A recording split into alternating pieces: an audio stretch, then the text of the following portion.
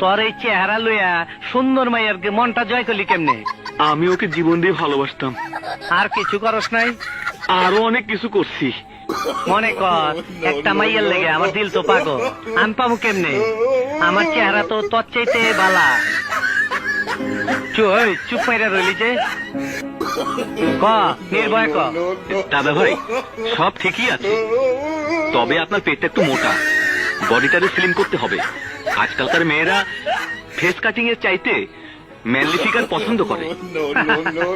ঠিকই কইছ, ওখানে যা।